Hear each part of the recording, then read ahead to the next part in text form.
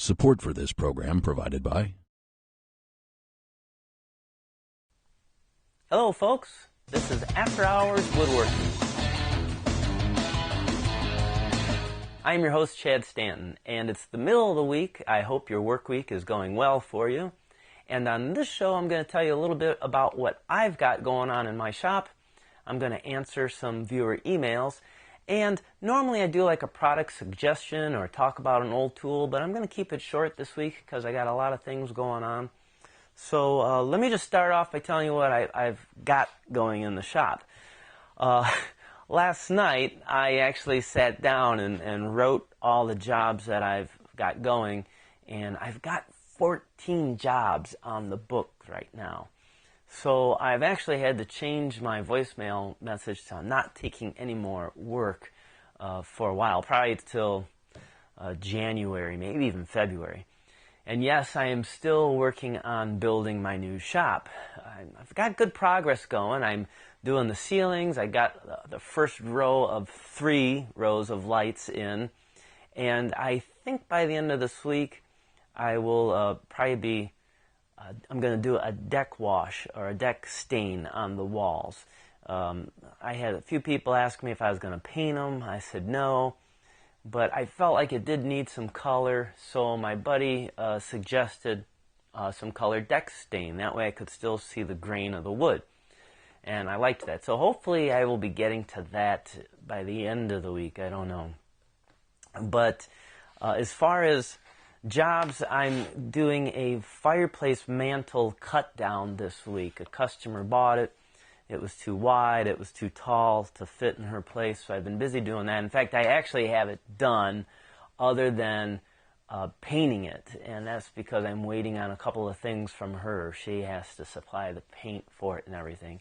But I am filming it. It'll be one of those, quick build videos that you'll be able to see. But it's pretty impressive. I didn't quite think it was going to turn out as good as it is, and it's looking great. I don't think she'll ever know that I had to alter it. Let's see. Oh, I was with Dennis and Les this week, and well, unfortunately, Les is really not doing well. Hospice has been called in. He is at home, but hospice is visiting him there. So Les is at the point where he can't even assist Dennis and I in the shop. Now, if you haven't been following for a while, Les is 78, and he's a fantastic woodworker. This guy has pieces that could be in museums, and Dennis is the same way. They're just top-notch furniture makers. And Les started building this highboy, this Queen Anne-style highboy, back in 2004. And the way it started was he had some leftover curly maple from other projects, and he saved up enough of this curly maple that he decided, I'm going to make a project. And it was this highboy, which is pretty impressive when you consider he didn't buy any of that. But like I said, since 2004, he's slowly been going away at it, and it's a big desire of his to have it completed.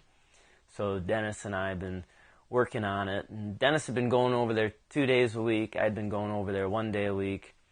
Now with Les's health slipping faster, Dennis is doing 3 days a week. I'm over there 2 days a week, and there's 12 drawers on this thing. We managed to get all the hand-cut dovetails. All the dovetail drawers are done. We got the bottoms made for it. Now the bottoms are 1/2 inch thick, but it goes into a 1/4 inch groove around it, so the bottom has to be tapered, kind of like a raised panel would be.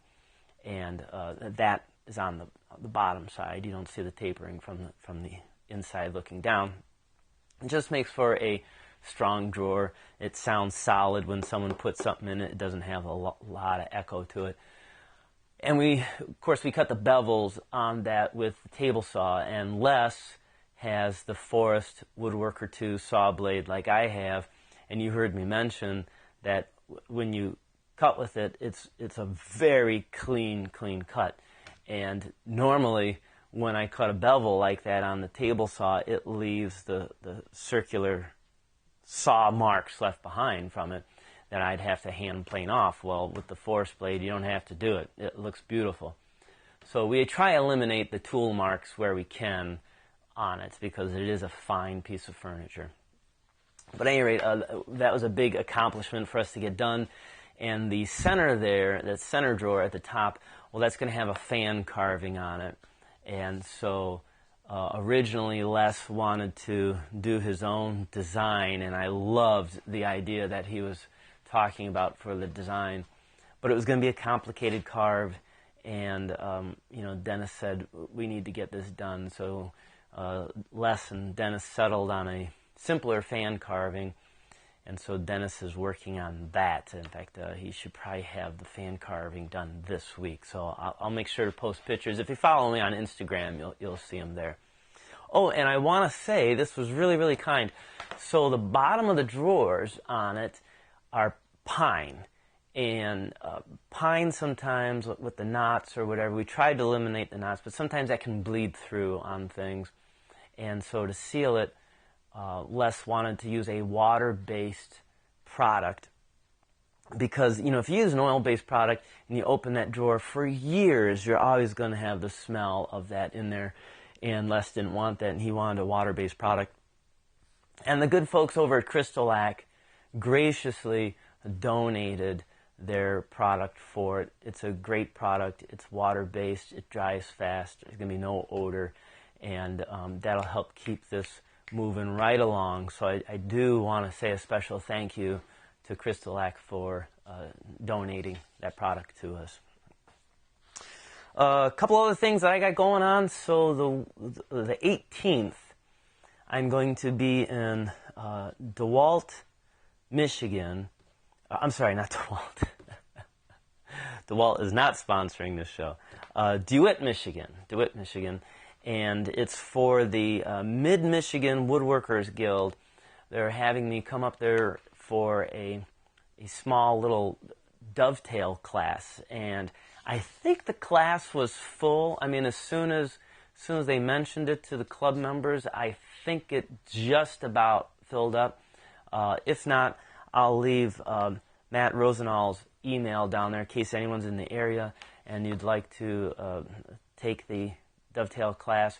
And then afterwards, in the club, in the meeting, later in the evening, they're going to have me give a little lecture on what it takes to be a full-time woodworker, what you can expect and kind of the different things you have to do. More importantly, what you shouldn't do. So I think, again, if you're in the area and you want to hear that, I think they're kind of opening the doors for free to let people in and, hopefully become members of it too. So that's coming up on September 18th. And then in October, I think it's the 26th, 27th, 25th, 26th, 27th, Heritage Farms, West Virginia. They're having me there as a keynote speaker. It's really cool. It's like a little village set up in the past, 100 years ago.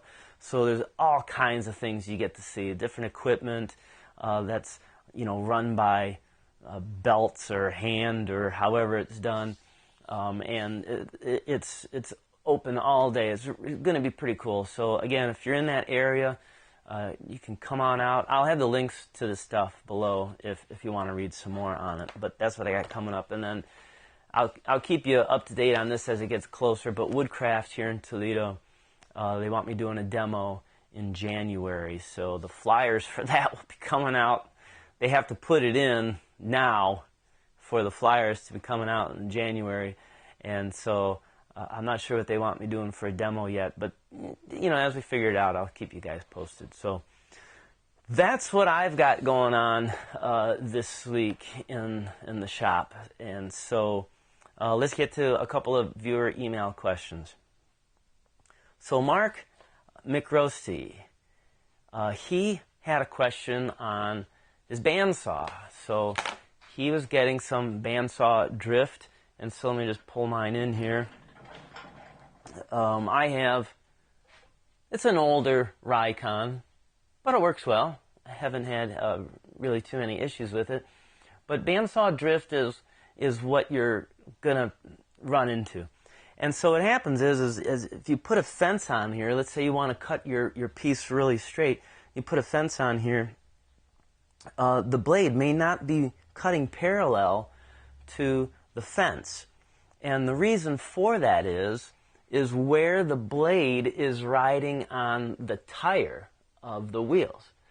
Now, let me just say, Scott Phillips is an expert on bandsaw. This guy knows every trick there is, and I just want him to know, in case he's watching, yes, I have it unplugged, Scott, so there's no fear of me bumping and turning this on. He's a big guy on safety. So, the tire itself, it's actually curved. It's not flat. There's a crown to it. And depending on where your blade is riding on that crown is going to determine the direction it's cutting. So if the blade is too far forward on the crown, it's actually going to angle inward. And of course, if it's too far back, it's going to angle out. Now, this has a real nice adjustment on the back that I can tilt that wheel and I can steer the bandsaw blade right in the spot that I want. But let's say you have a smaller, lower grade model. It doesn't have that feature. Do you have to keep like loosening it and moving it? No. What you do is you take a scrap piece of wood, try and make a straight cut with it, and then whatever that angle is, let's say it's really extreme. Let's say it's cutting like this. Well, what you would do then is you would, with that scrap piece in there, you find what we call the drift on it, and set your fence. I would just use a scrap piece of wood and a couple of clamps, and you would clamp it to what that is. So now when you push your board through, you will cut on that straight line. So the bandsaw is one of those tools that I use when I need it. It's a great tool. I personally favor the table saw, but bandsaws are a wonderful thing to have in your shop, and trust me, they definitely come in useful. But that's what the advice I can give you on that one, Mark. David, I'm going to screw your name up, David. Borchert. David Borchert. There, I think I got it. David actually messaged me. He had a question on dust collection. I was actually driving to a customer's house, so I asked him to give me a call. And so David's putting in some dust collection, and he wanted to know if it was important to use a thicker PVC pipe for it versus like a thin-walled PVC pipe. And so technically that PVC pipe is only important under pressure. And since we're not applying pressure to it, we actually are just doing it as a vacuum, I said no, he could use the thinner-walled PVC pipe. But some folks will go with the heavier gauge pipe, say like they're spanning it a long distance and they want to eliminate some dip to it. They don't have to put as many hangers, so they can go with a thicker gauge wall for being more rigid. However, it did pop up another conversation with us as far as elbows go on it. And 90-degree elbows really, really reduce the amount of CFM, cubic feet per minute, airflow that's going through it. Now, I remember I once heard somewhere 20%, one 90-degree elbow reduces it 20%.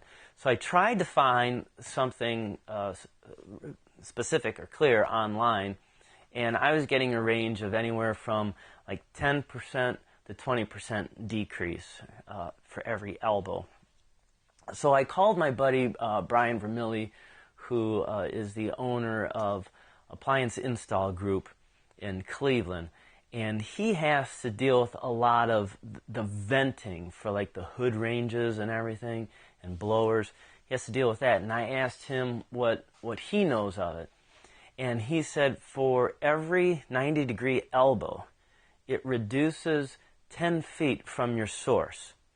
So if my table saw to my dust collection, is 50 feet, 190-degree elbow on it, and I now have to bring my dust collection into 40 feet to it. So what it's all going to come down to is how much power your dust collection is doing, a vacuum versus a big dust collection machine. How much CFM you got going, the distance, and how many elbows. So the best thing you want to do is, if you want to avoid 90 degrees, as much as of a gradual curve you can do would be the better. Now, the other thing you have to think about is friction going through that. So like most of us, I just have a rigid shop vac that I use on my table saw, and it's got that corrugated hose, so it can bend and flex easy. But all that corrugated stuff really produces friction. It does slow it down. So it would be best if I could have it just stationary, and if I used PVC and did a gradual curve to it, that's the best thing. And the last point to bring out, two things you don't want to do is you never want the elbow on either source. So like coming off of the table saw or whatever you're using, miter saw, you don't want an elbow right there. And you also don't want an elbow right at the vacuum source. So the elbow should be somewhere in the middle of that. But that's how you're going to get the most suction for your dust collection there, David. So thank you so much for writing in on that. Okay, so I'm going to end it there this week. Like I said, I'm keeping it short. It's a busy work week for me. Friday, though, I do have a video that will be showing a quick build. It's a kind of a rustic table I did. I can't remember how long ago I filmed it, and didn't have the time to go through and do all the audio steps that I normally would. But hey, I know these quick build fast videos are the popular thing, so now it's just right for me to put in. So I've got it edited up, and I'll be showing that to you. It's a kind of a pretty cool table. The top wood I got from Ken Craft, the local sawmill that I go to. They had some really nice slabs of walnut, so I purchased that there. And then the legs on it was a cherry tree that was on my mom's property, and the tree had to come down. And then there's a branch that goes right through the legs. It looks like the legs are impaled with it. And the branch I pulled out of the river right here in Toledo, the Mighty Maumee River, and put that in there. So for me, it's a pretty cool table, and I will show you the video on that. And I'm starting to film the videos for the Morrison Tenon series, so that will be coming. So a lot of good stuff is coming up. And as always, if you have email questions, feel free to write me at woodchoppingtime@gmail.com. And as always, I thank you so much for watching. I can't tell you how much I appreciate all the viewers and the emails that I get from everyone. It's great to have an opportunity to talk with you all. So until then, keep doing your woodworking and keep on dancing.